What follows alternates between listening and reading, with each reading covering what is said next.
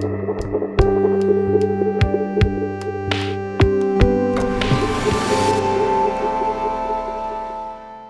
name is Alborz, Arzpeyma, the programmer for the New Alchemist section. And today we're here for the online Q&A session of the film, The Republics, by the director, Huw Wahl. We are very happy to have Huw here with us. And also we are very, very happy to be able to welcome the poet, Stephen Watts, with us. First of all, thank both of you for being here. It's very nice of you to accept this invitation and being with us today. When we talk about the film, like The Republics, I'm a very big fan of poetry myself, and I'm usually looking into films that like convey this sense of poetry, like in different ways. So usually when we talk about poetry, it's like mainly we think about words, we think about texts, sentences, and literature. Here is a very nice example of a work that not only has a strong text, like poetry in text, but also has this very strong cinematic and image structure, which is also very poetic, and they accompany the text, and both of them together create a beautiful and deliver a nice poetic work. So here is my main interest in the film. I think it delivers that quite successfully, and I'm very happy to be able to present this film to our audience this year. A quick note about the book, Stephen. The book you wrote initially, Republic of Dogs, Republic of Birds, initially written in 87, right? I wrote it in the 1980s, but I then literally mislaid the manuscript, and it was published only in 2016. Yeah, it's exactly like the text did a long trip, a journey itself, like almost 3 decades. Things have changed since then. Would you want to talk about a bit about the context in which you wrote the you wrote the initial text, the time, the places, I mean, the main ideas that you had at the time in the 80s when you wrote initially the text? Okay, fine. The title of the book, Republic of Dogs / Republic of Birds, in a way indicates 2 zones of context, if you want. The Republic of Dogs refers to the Isle of Dogs in the East End of London, the London Borough of Tower Hamlets, where I've lived since 1977.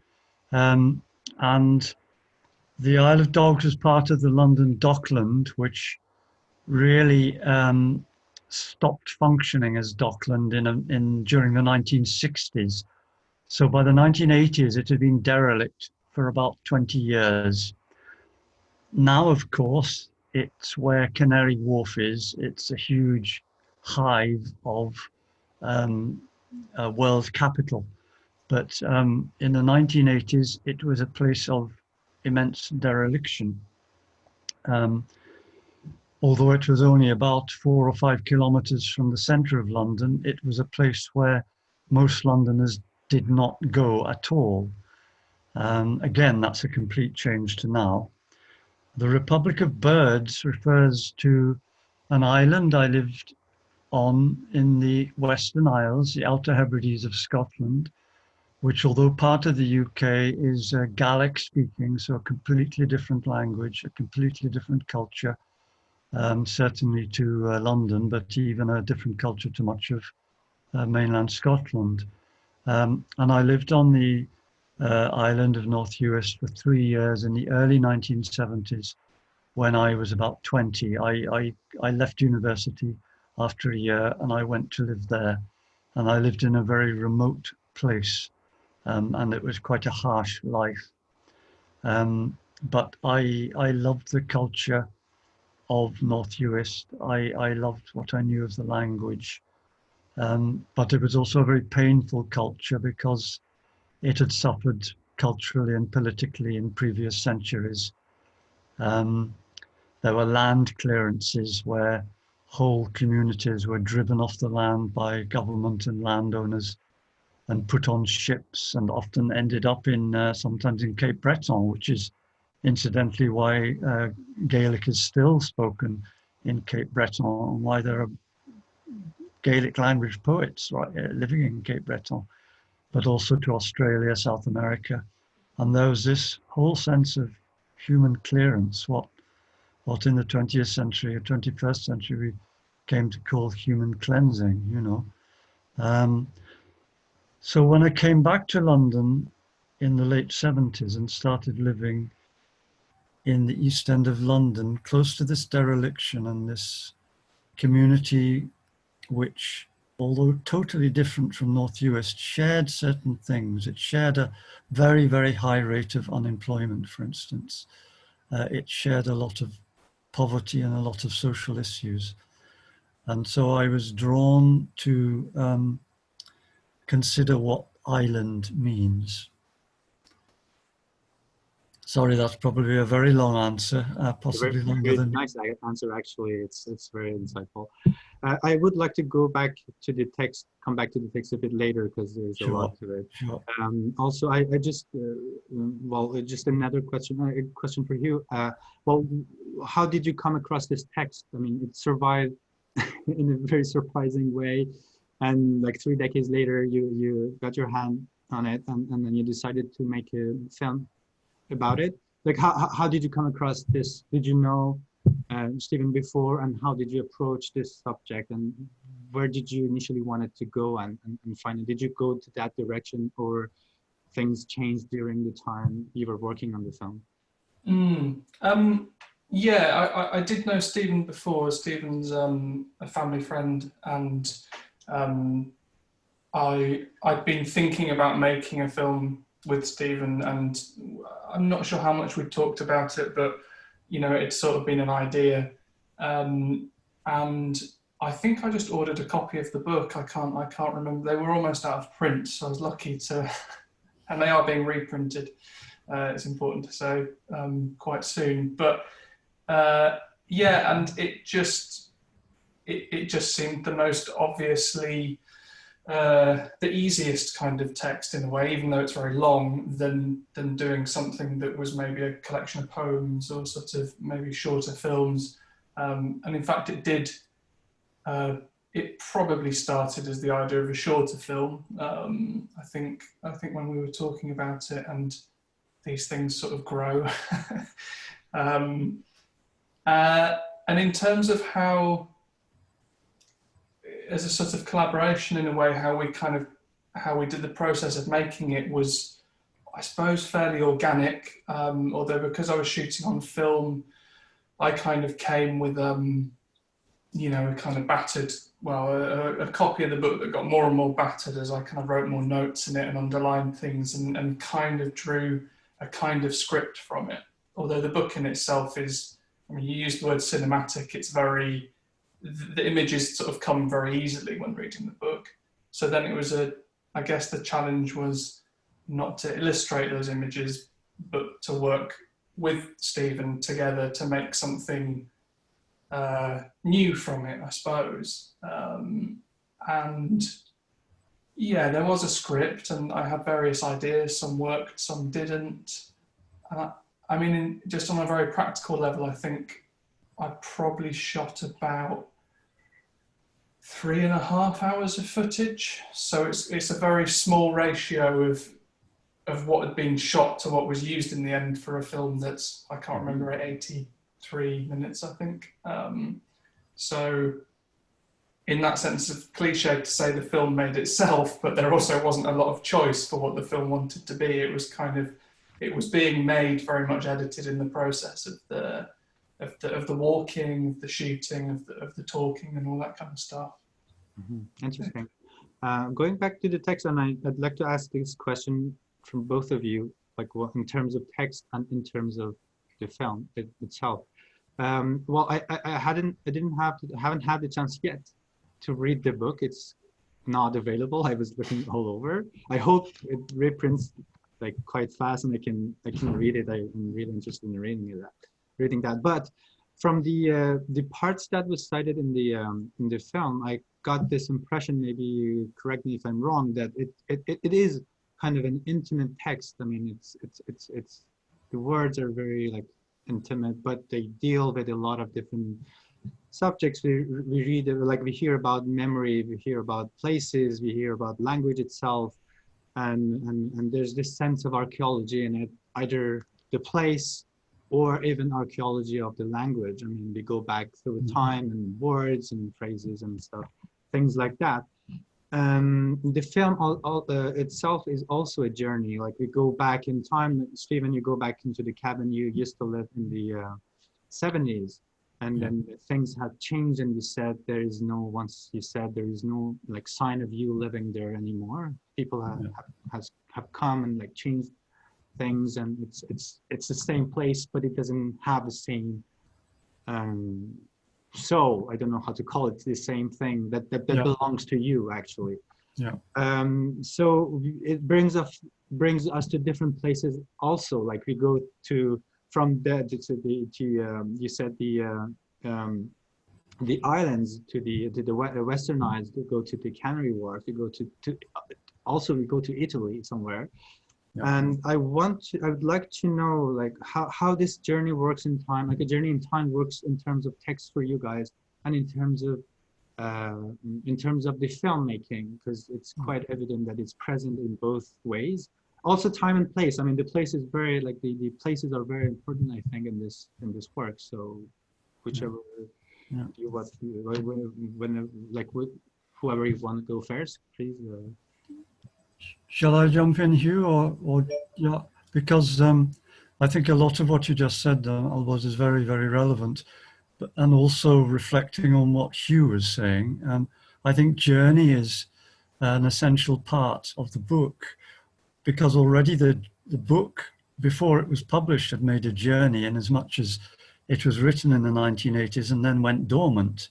And so it made a journey which could be compared to a long sleep. And then surfaced. And I think there's a lot of a sense of the film being made as a journey with the book, perhaps. And for me, the book itself, which incidentally is going to be reprinted in about a month's time, in October. So that's really nice. It went out of print last year, and it'll be back.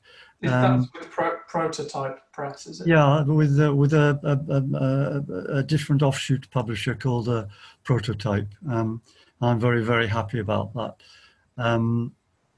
But for me, again, Alborz, going back to what you were saying, I suppose I feel the book was a sort of visceral meditation, if I can put it like that, on language and memory and landscape. And so it is a very visual piece of writing, and it's a sort of series of prose poems. It's almost a hybrid work as well. So there's even a sense of journey in terms of how you would talk about the book, because it's almost poetry, it's almost prose. It's sort of journeying between the two. There's even a recipe in there, I think. Sorry? There's even a recipe in there somewhere. Well, yeah, there are a few recipes. One or two of them are a bit dubious, but sorry, were you carrying on, Stephen? No, the only other thing I was going to say, again, carrying on from what you were both saying, is that I think it's a work that's rooted deeply in place, but also, I hope, manages to sort of lift itself above the place and sort of get a viewpoint from above as well. So it's again, that is a sort of vertical journey as distinct from a horizontal journey. Yeah, and I suppose carrying that theme on, really, that, like I'd sort of said before, the film was a journey, as you've said as well, the journey to those different places. I mean, we were talking the other day, and Stephen was saying that sometimes he, uses the act of walking to write while walking. I guess quite a lot of the film was made in some sort of motion, really. Yes. and we stayed in the different places. I mean, we were in the Outer Hebrides for maybe 10 days, I think, or something, and maybe a similar amount of time in Italy. But we were sort of moving a lot while we were filming. And Stephen's a fast walker, so there was a lot of chasing Stephen. But it gave the film, or it gave the filmmaking, I think, the flow that the kind of poetry has, is I suppose what I'm trying to say, and that then, you know, came across in the editing as well. But I think we both were really keen on having those. Stephen just used the word meditation, but those kind of meditations on an image, especially, I suppose, well, I was going to say monuments, I suppose they are monuments of buildings, but more, you know, the kind of monumental, the landscape as well. And those kind of contrasts, although in some ways very obvious, very important contrasts that come out between these kind of islands, I think. Sorry, that's a bit of a roundabout answer, I'm not sure. It's very good, yeah. And yeah, talking again about the journey, like there is this passage in Val Camonica, I mean, in Italy that you went. Would you want to talk about that section a little bit? I noticed that this is the section when we hear the most about the words and the language itself. And then you talk to this Italian writer, I think he's a writer, and then you go into the words and dialects and subjects like that. Do you want to talk a bit like what is because you're going very far from like places in terms of geography is something, but places in terms of like our internal sense of space is something else. So I think we are going very far in terms of geometry from Western Isles or from Isles of Dogs to Italy, to Val Camonica, but somewhere there is this mental space which is the same, maybe, or something like that. Do you want to talk about that section a little bit? Yeah, sure. And Huw also, but Val Camonica, indeed Alta Val Camonica, is where my grandfather was born. My grandfather was an Italian shepherd who migrated to London before the First World War when he was about 20. And in fact, migration is also a theme within the book very much. Not only migration from a place, but forced migration out of a place. And one of the themes in the book that I think you sort of hinted at just now is forced migration. You know, the fact that historically people were forced to leave the Western Isles in the 18th and 19th century, that for economic reasons people were forced to leave the Italian valleys in the late 19th and early 20th century. I mean, the migration from the north of Italy to North America in particular was huge at that time. And most of it was for economic reasons. It wasn't through, life choice or adventure. It was for hard economic reasons. And behind those hard economic reasons were political reasons as well. And the Isle of Dogs also went through this breakdown from being a flourishing area of dockland, of importing, to an area of great dereliction. And in a way, I'm through language trying to assess how migration and dereliction and economic stress affect people's lives and affect language. All of that taking place within landscapes. So although they appear to be three very distinct and different landscapes, you know, that of the Outer Hebrides, which is among the oldest rocks in the world. The rocks there are 4,000 billion years old. Then east end of London, which is this astonishing place of migration, but now of huge tall buildings and economic superpower almost. And then the Italian mountains, which themselves have their own history of migration. So although you're right to call it a mental space, it's also very much rooted in what is real outside myself, you know, in the communities. And Valcamonica also happens to have a lot of rock carvings which go back 3,000 or 4,000 years, and that was very interesting because in the rock carvings you can perhaps see some origins or parallels of or echoes of both language and image. Almost you could consider the rock carvings as a sort of very early form of film, I don't know. Anyway, sorry, I'm saying too much, but that. No, Huw, do you want to add something to this? Yeah, well, the only thing I was going to really talk about was the rock carvings. So yeah, I think that because we'd gone there and we were always going to film the rock carvings, but I didn't really know exactly what sort of conversation would come out of it. And after we'd gone and done a bit of filming and a lot of conversation with Giancarlo, the Italian writer. Yeah, I think it was the next day that we had the conversation, which then ends up going over images of the rock carvings, which I think, yeah, to me was a very important thing, an important conversation, I guess, which I'm really glad kind of ended up fitting into the film in that way, because it, I suppose it goes some way to getting into what poetry means for Stephen. And it also made me reflect a lot on film and how, you know, how the different sort of forms that these things can take and how film can also sort of answer to those rhythmic things and stuff about breathing and life and breath and form. Again, you know, it's that I think that when Stephen's talking about the balance between form and unform, it's become something that I'm still thinking about, and is quite hard to grasp.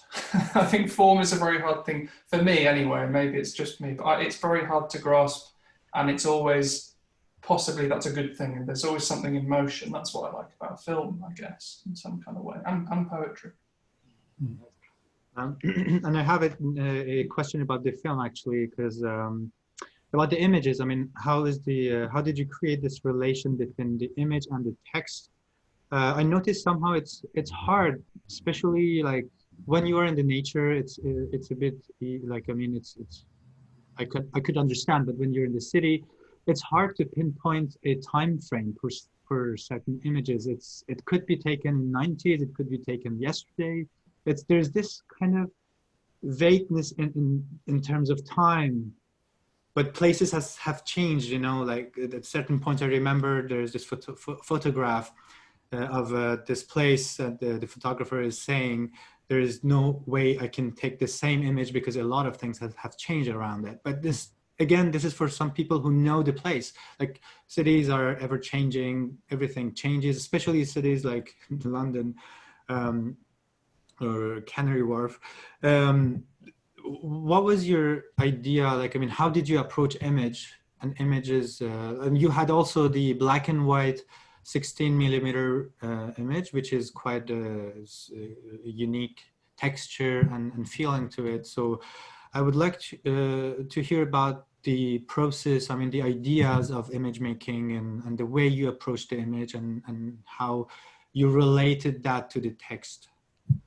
Yeah, I think we both felt like black and white was really appropriate and important to use somehow, I think, to kind of be with the book.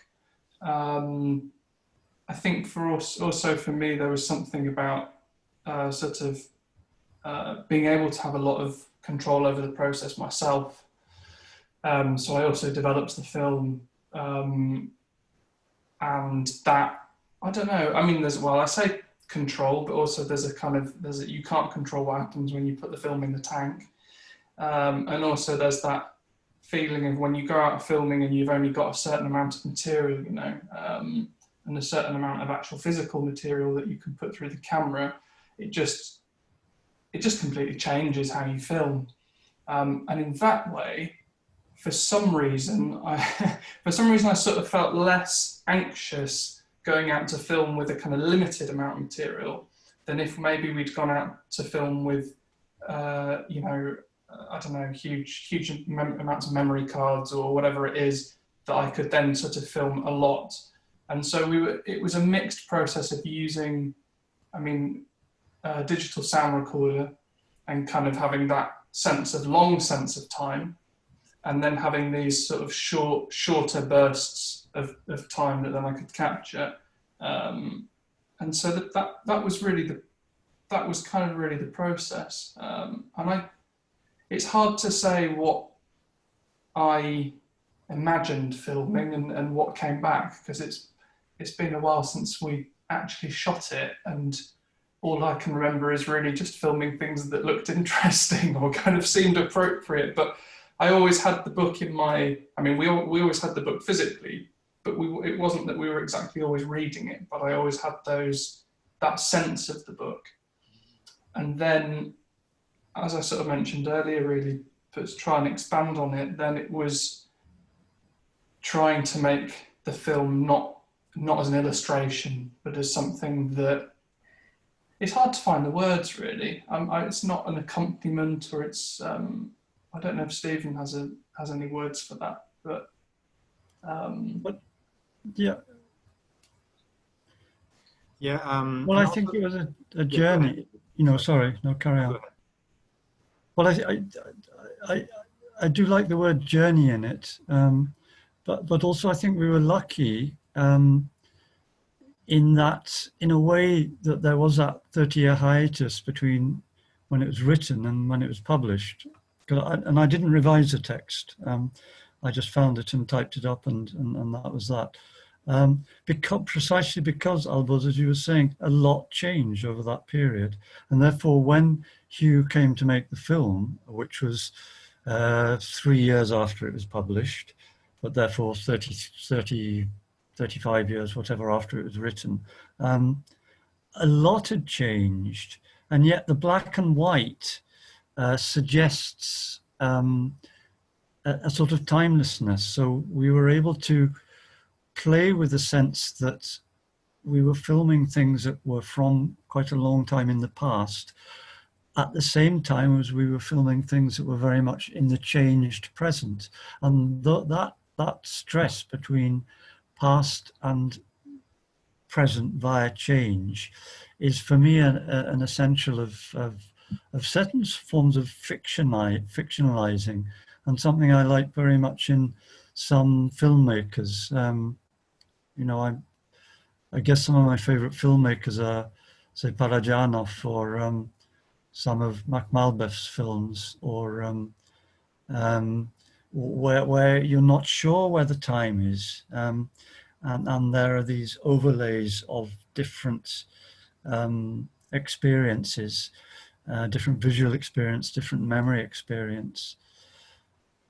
And also the writings of a friend of mine, Max Sebald, who very much, it's a matter of fictionalizing. And Huw was talking about, I walk very fast. I think it was partly because I was trying to get out of the film, because I wanted the landscape and the community and the culture to be central.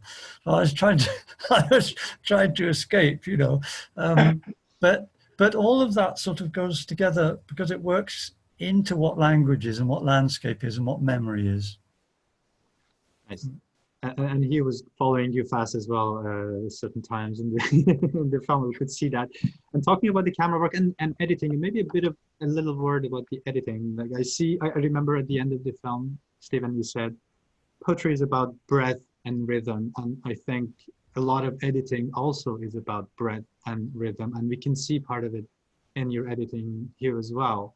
Do you want to add a couple of words about the editing? Well, I said this the other day actually to Stephen that he hadn't heard before, so I'll say it again, I suppose, that I edited it standing up, which is I kind of hadn't really thought about, but maybe it's quite relevant. yeah, the editing, it was very much one of those films that really, partly because the image comes separately to the sound when it comes into, you know, I digitize the footage, and then it's a really interesting process of looking at those images with no sound at all, and then almost, you know, not randomly, but sort of finding the sections of sound that were recorded at the same time and just dropping it over the top and seeing what happens.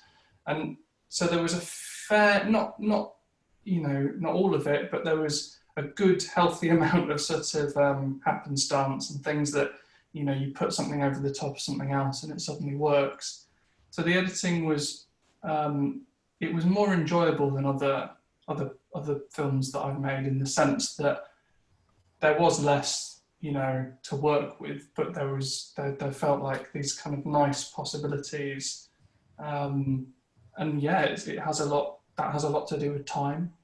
And I think that, just to go back a little bit, but I think that sense of timelessness also, I mean, there is one shot, I think, of, is it London Bridge? And there's a very old boat in front of it. But I think the UK does that quite well, of kind of leaving these traces that have been there for a long time, you know, whereas maybe slightly more efficient countries do quite a good job of sort of cleaning places up. But even when we're walking on the shore of the Thames, you know, picking up these lumps of coal or sort of ceramics or whatever it is, there's this trace everywhere.